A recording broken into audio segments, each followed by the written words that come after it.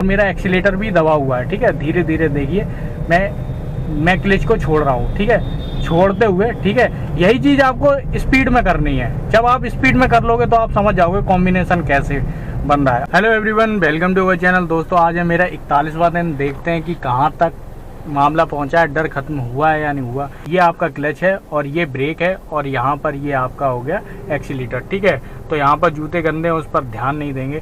ठीक है, यहाँ पर हम लोग क्या करेंगे, पहला गियर लगाने के लिए क्लच को पूरा दबाएंगे। ठीक है, तो यहाँ पर मैंने पहला गियर लगा लिया। पहला गियर लगाने के बाद धीरे धीरे से हम लोग क्या करेंगे, देखिए वो वाला तरीका आप नहीं अपनाएंगे जो हम लोग पहले अपनाते थे कि धीरे धीरे से हम लोग क्लच को छोड़ेंगे। अब हम लोग क्या करेंगे, हल्का सा एक्सीलेटर को ले लेंगे। हल्का सा एक्सीलेटर लिया, ठीक है, जैसे ही हल्का सा लेंगे और उसी हिसाब से पैरेलल हम लोग क्या करेंगे, क्लच को भी छोड़ेंगे। ठीक है, इधर से एक्सीलेटर लिया, उधर से क्लच को छोड़ा, बस ये करना है। तो पीछे से बाइक वाला आ रहा है, उसे निकल जाने देते हैं, फिर हम लोग आगे ये बढ़ाएंगे। ठीक है, ये निकल गया। ठीक है, तो अब हम लोग क्या करेंगे, एक्सीलेटर को लिया और क्लच को उसी हिसाब से छोड़ेंगे उस पॉइंट पर आगे जब कार आगे बढ़ने लगेगी। ठीक है, यहाँ पर क्लच को आपको स्लो स्लो लेना है। ठीक है, क्लच को आपको स्लो स्लो लेना है। ठीक है, वो पॉइंट आपको आपकी कार में समझ में आ जाएगा जब क्लच छोड़ने पर क्या होता है कि कार आगे बढ़ जाती है। ठीक है दोस्तों, तो यहाँ पर दूसरा गियर लगाया। ये आपके सामने ब्रेक है। अगर गाड़ी बहुत ही ज़्यादा स्लो है तो यहाँ पर लगा सकते हैं, लेकिन उस तरीके के ब्रेकर नहीं है कि आप ज़्यादा ब्रेक लगाओ आप निकाल लो कार। ठीक है, तो यहाँ पर इस तरीके से दूसरे गियर पर चल रही है और हाफ क्लच पर है। ठीक है, और उसी हिसाब से मैं क्या कर रहा हूँ, एक्सीलेटर को ले रहा हूँ। हॉर्न देंगे। ठीक है, थोड़ा सा काटे इधर उधर से, कार ट्रक वगैरह बाईपास से सर्विस लेन पर आते हैं। ठीक है, बहुत सावधानी से इधर से उधर देखेंगे। ठीक है, अपने ORVM देखेंगे कि कौन पीछे चल रहा है। ठीक है, कितनी दूरी पर चल रहा है। ठीक है, और ज़्यादा पीछे भी ध्यान नहीं देंगे। अब इस टाइम में अपना क्लच छोड़ सकता हूँ पूरी तरीके से। ठीक है, अब एक्सीलेटर पर है, इस तरीके से आप लोग चलाएंगे।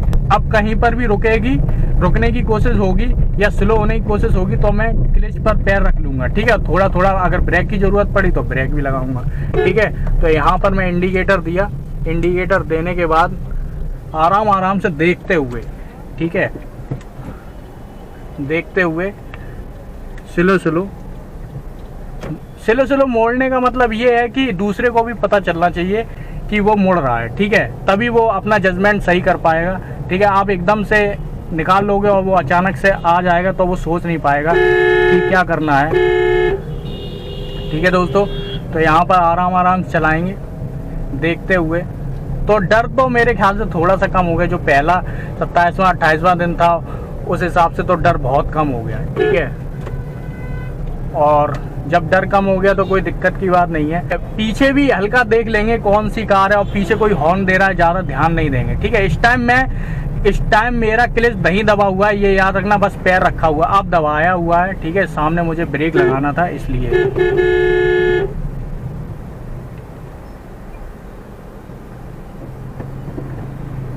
ठीक है, कोई बात नहीं। ठीक है, अब आगे बढ़ाएंगे धीरे धीरे से।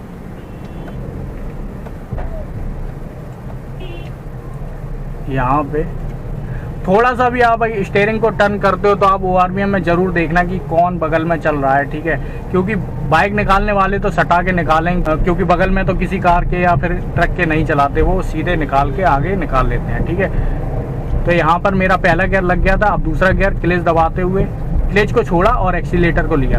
ठीक है, तो यहाँ पर क्लच से मैंने पैर हटा लिया। मुझे पता है सामने कोई नहीं है। ठीक है, मतलब सामने देखकर आप जज करोगे।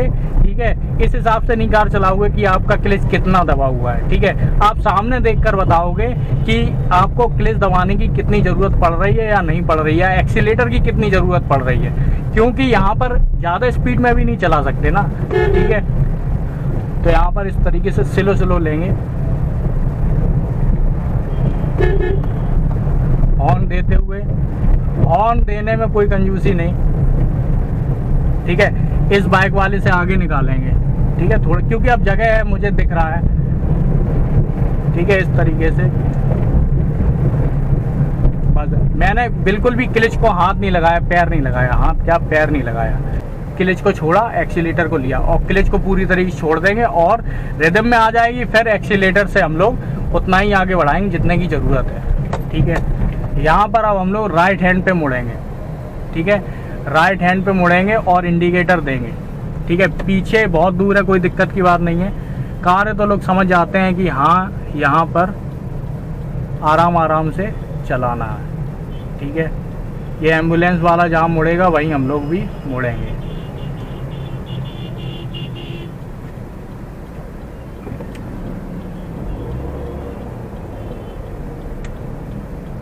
ठीक है, आराम से मुड़ गई, ठीक है। स्टीयरिंग सीधा करेंगे, ठीक है। क्लच को छोड़ते हुए एक्सीलेटर पर आ जाएंगे, पूरी तरीके से क्लच को छोड़ देंगे, ठीक है।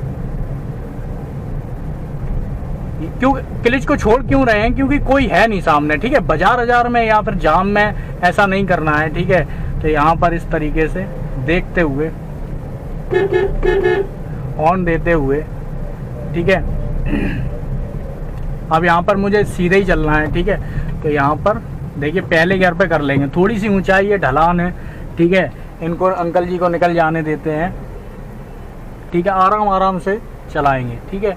स्लो स्लो लेंगे, स्लो स्लो इसलिए क्योंकि कोई भी अगर आ रहा है तो उसे पता चल जाए कि हाँ ये कार है सामने और स्लो स्लो जा रही है, वो अपना डायरेक्शन भी चेंज कर सकता है, ठीक है। अगर आप जैसे इस तरफ नहीं देख रहे हो इस हिसाब से, ठीक है। यहाँ पे आराम आराम से, ठीक है। दूसरा गियर लेंगे, क्लच को पूरी तरह छोड़ दिया। क्यों छोड़ दिया? क्योंकि सामने कोई है नहीं, ठीक है। अब उतनी स्पीड लेंगे जितनी स्पीड की ज़रूरत है, ठीक है। यहाँ पर धीरे धीरे से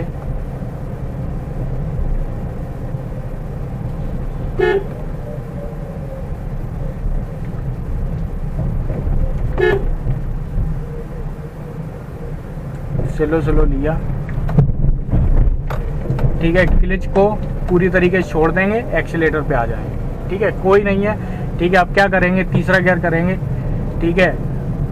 और देखिए मैंने पूरा का ये बहुत स्पीड में काम चलता है, मतलब समझ रहे हो कि क्लच को आपने पूरी तरीके से छोड़ दिया, फिर सीधे एक्सीलेटर पर आ गए, ठीक है। और ये काम ऐसे समझ बाइक की तरीके से है, बस उसी तरीके से। अगर आपको बाइक तेज चलानी आती है या फिर बाइक को जाम में चलाना आता है तो बहुत आसान है कार को भी चलाना, ठीक है। तो आप देख लिया है कि पहले गियर पे कर लिया, ठीक है। थोड़ी सी ऊंचाई भी है, रुक भी सकती है, स्लो भी हो सकती है। तो आराम आराम से हम लोग क्या करेंगे, यहाँ पे क्रॉस करते हुए निकालेंगे, ठीक है। स्लो स्लो यहाँ पर इस तरह आप दूसरा गियर लेंगे, ठीक है। दूसरा गियर करते हुए यहाँ पे क्लच को पूरी तरीके से छोड़ दिया, एक्सीलेटर पर आ गए। फिर से तीसरा गियर किया, ठीक है। क्लच को छोड़ा, एक्सीलेटर पर आ गए, ठीक है। ये करना है बस, और कुछ नहीं करना है, ठीक है। अब यहाँ पर स्लो स्लो लेंगे, ठीक है। अब हम लोग मुड़ेंगे कहाँ पर? लेफ्ट पे। पहले ही से सोच लेना है कि कहाँ पे मुड़ना, उस हिसाब से। अचानक से आके ये नहीं कि उस जगह पे आके कि अरे नहीं इधर मुड़ना है या इधर मुड़े हैं, ठीक है। वो सब नहीं काम करना है, ठीक है। मन को शांत रखना है, उसी हिसाब से काम करेंगे, ठीक है। लेफ्ट पे इंडिकेटर दिया, ठीक है।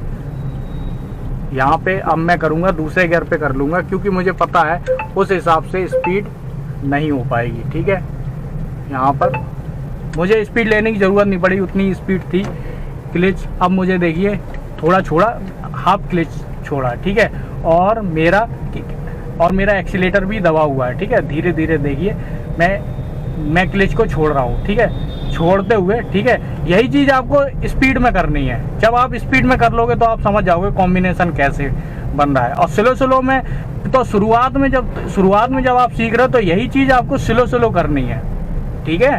तो जब आप स्लो स्लो करोगे तो आपको समझ में आ जाएगा कि कितने से कार उठती है, कितने से कार मतलब थोड़ी सी स्लो होती है, ठीक है। या उसका इंजन का बिल्कुल पावर ख़त्म हो जाता है। तो ये आपको जब आप कार पे बैठोगे तभी आपको समझ में आएगा, ठीक है दोस्तों। अब हम लोग राइट हैंड पे मुड़ेंगे, ठीक है। स्लो स्लो पीछे देख लेंगे कोई आ नहीं रहा या आ रहा है या नहीं आ रहा, उसे निकल जाने देंगे और इंडिकेटर दे देंगे, ठीक है। इंडिकेटर दे दिया तो समझ जाओ आपको कंफ्यूज होने की ज़रूरत नहीं है। इंडिकेटर मतलब कंफ्यूजन की कोई भी गुंजाइश नहीं होनी चाहिए, ठीक है। स्लो स्लो ऊपर लेंगे, पीछे कोई नहीं था, देखते हुए आगे बढ़ाएंगे कार, ठीक है।